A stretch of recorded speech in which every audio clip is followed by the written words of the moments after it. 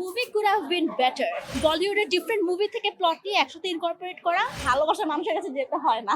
ভালো লেগেছে। আমি এর আগে 3টা মুভি দেখেছি, তো আজকেরটা আমার কাছে বেস্ট মনে হয়েছে। গল্পটা অনেক ভালো ছিল। Thank you. প্রেসার কুকার দেখেছি, সবারই দেখা উচিত। সামাজিক একটা মুভি দেখা উচিত, দেখলে ভালো হবে। ভালো ছিল, মেয়েদের কিনে একটা মুভি ছিল, আর ভালোবাসা মানুষের কাছে যেতে হয় না, এটাই।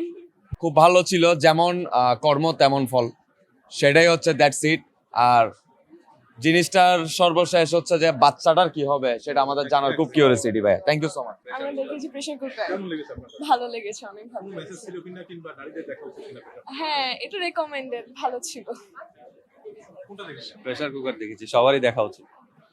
আপু কোনটা দেখেছেন? ভাই কোনটা ছিল? প্রেসার কুকার, কেমন লেগেছে? হ্যাঁ ভালো ছিল, আলহামদুলিল্লাহ ভালো কোনো ছিল। মেসেজ কিংবা আমাদের দেখা উচিত কিনা? না, একটা ভালো মানে সামাজিক একটা মুভি দেখা উচিত, দেখলে ভালো হবে। ঠিক আছে। আপু কেমন ছিল? গল্পটা সুন্দর ছিল, কিন্তু এন্ডিংটা একটা অন্যরকম আশা করেছি। কেমন ছিল? ভালো লেগেছে। আমি এর আগে 3টা মুভি দেখেছি, তো আজকেরটা আমার কাছে বেস্ট মনে হয়েছে। গল্পটা অনেক ভালো ছিল। Thank you. ভালো লেগেছে। Thank you. কেমন লাগলো? ভালো লেগেছে। কেমন ছিল pressure ভালো ছিল।